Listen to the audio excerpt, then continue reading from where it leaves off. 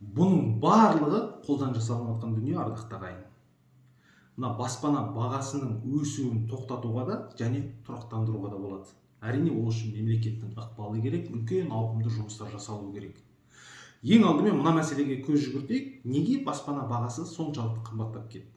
2017, 18, 19 жылдары Астананың өзінде бизнес санаттағы үйлердің бір шаршы метрінің құны 230 мың мен 240 мың теңге болатын. Өте қолжетімді баға етін. Ал мемлекет салған үйлердің бір шаршы метрінің құны 120 мың теңгеден болатын. Чистовая отделкамен. Ал неге баға қымбаттап кетті?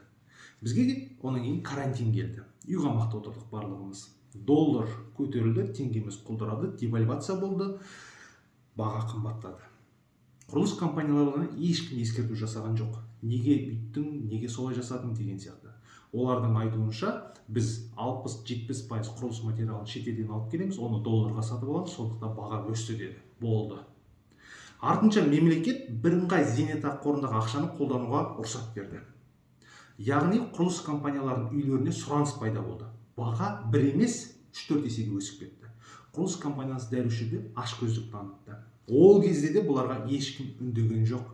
Неге? Себебі сіздер ешқай жерде естіген жоқсыздар. Бағаның өсуін тоқтату керек, бағаны тұрақтандыру керек деген сияқты. Өйткені дәл осы құрылыс компанияларының мүддесін қорғайтын азаматтар үкіметте де бар, парламентте де бар. Себебі оларды ешкім шақырып, неге бағаны өсіріп жассыңдар, не үшін деп, негізсіз өсірдіңдер деп ескерту жасаған жоқ. Құрылыс компаниялары өзін би, өзін қожа санап кетті. Тіпті Қазақстан Республикасында 2 алпауыт ұйым бар. Құрылысшылар одағы және құрылысшылар бірлестігі деген. Бұлар да осылардың сөзін сөйлейді. Көрдіңіздер ме? Яғни дәл осы құрылыс компаниясының мүддесін қорғайтын азаматтар үлкен тұлғалар олар. Солардың саясатының арқасында мемлекет мынау ипотекалық бағдарламаға қыруар қаржыны осы жаққа бөлуде. Себебі құрылыс компаниясының салған үйлері ең біріншіден өтуі керек, және ол ипотекалық бағдарламалар банкке де керек. Себебі олар да пайда тапқысы келеді. Былай қарап тұрсаңыздар, 2 алпауыт ұйым, біреуі құрылыс компаниялары, екіншісі банктер. Барлығының өзінің лоббистері бар. Ол 100% барлығыңызға мәлім деп ойлаймын. Енді ардақты ағайын, менің ойым осы баспана бағасының өсуін тоқтатуға да және тұрақтандыруға да болады. Ол үшін не істеуіміз керек? Мемлекет дереу мына ипотекалық бағдарламаларға бөлініп жатқан ақшаны, қаражатты, субсидияны тоқтатуы керек. Барлық бағдарламаларға тоқтап тастау керек. Керісінше сол ақшаны мына өңірлерде өндіріс мекемелерін ашуға жұмсау керек. Кішігірім завод, фабрикалар. Мен алпауыт бір фабрикалар сал деп жатқан жоқпын, кішігірім. Біз Қытайдан қорықпауымыз керек. Қытайдан сондай кішігірім завод, фабрикаларды алып келіп, осы жақтан көшірмесін жасауымыз керек.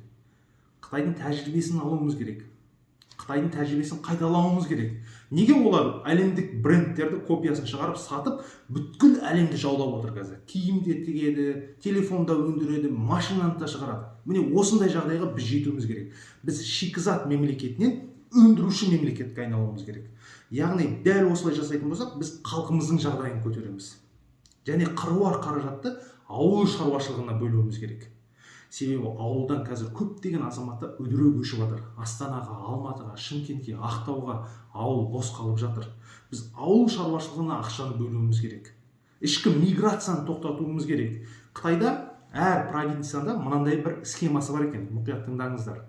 Әкім белгілі бір ауылға тұрғындарын, мысалы көктем кезінде, егін науқаны кезінде жинап алады екен, сұрайды екен әрқайсысынан. Сіз не егесіз? Не өндіресіз, қанша өнім аласыз деп. Біреу картошка себеді, біреу бидай себеді, біреу пияз, біреу қызылша.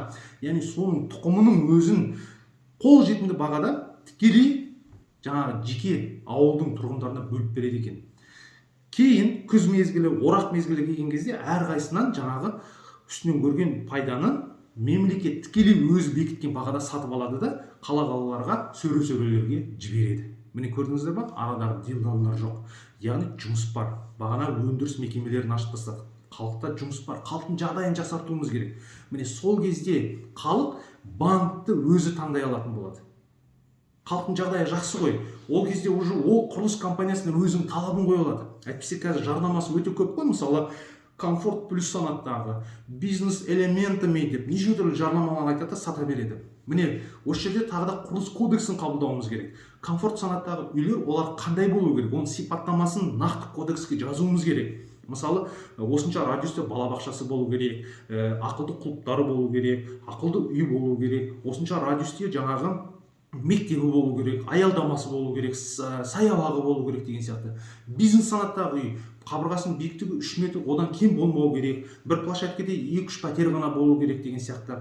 Жаңағы шум изоляциясына назар аударып, міне осының бәрін заңмен бекітіп қойсақ, біз халықтың жағдайын жақсартатын болсақ, халық өзі шекесінен шертіп жүріп пәтер таңдайтын жағдайға жетеді. Мысалы, бір пәтер ұнамай тұрса, мысалы, сенің аялдамаң жоқ, немесе сенің балабақшаң алыс екен, демалатын саябақ алыс екен десе, ол баға түсіруге мәжбүр болады. Себебі оның пәтер өтіп жатқан жоқ қой. Халықтың жағдайын жаңағындай өндіріс ошақтарын ашып, ауыл шаруашылығына ақша бөліп жақсартып қойдық.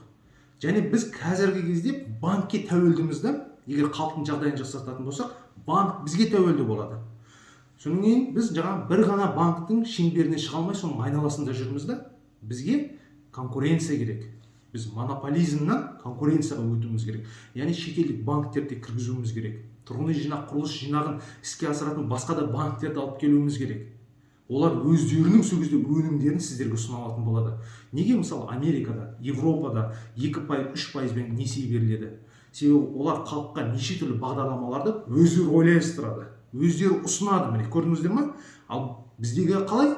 Бүткіл ақшаны мемлекет субсидия ретінде банктерге береді. Оларға рахат.